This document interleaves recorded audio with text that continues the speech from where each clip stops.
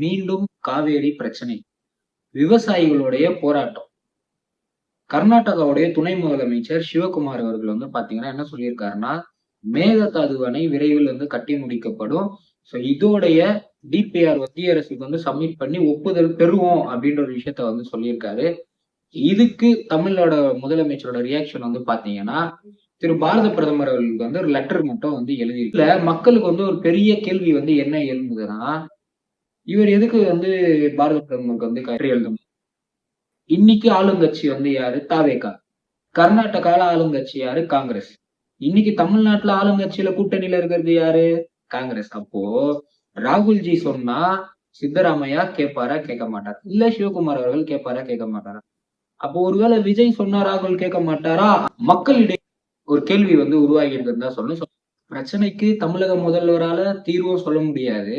ஆனா இதை கண்டிச்சு போராட்டம் பண்ணக்கூடிய விவசாயிகளை கைது பண்ணிருக்கு நாடு அரசு.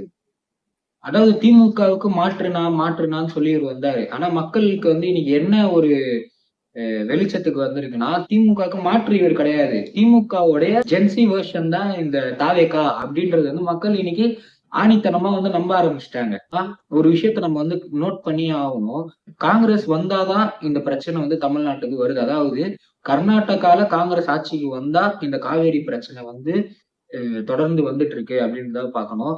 சோ இதுக்கு முதலமைச்சர் ரியாக்ஷன் எடுப்பாருன்னு பாத்தீங்கன்னா, அவருடைய ரியாக்ஷன் இப்படிதான் இருக்கு.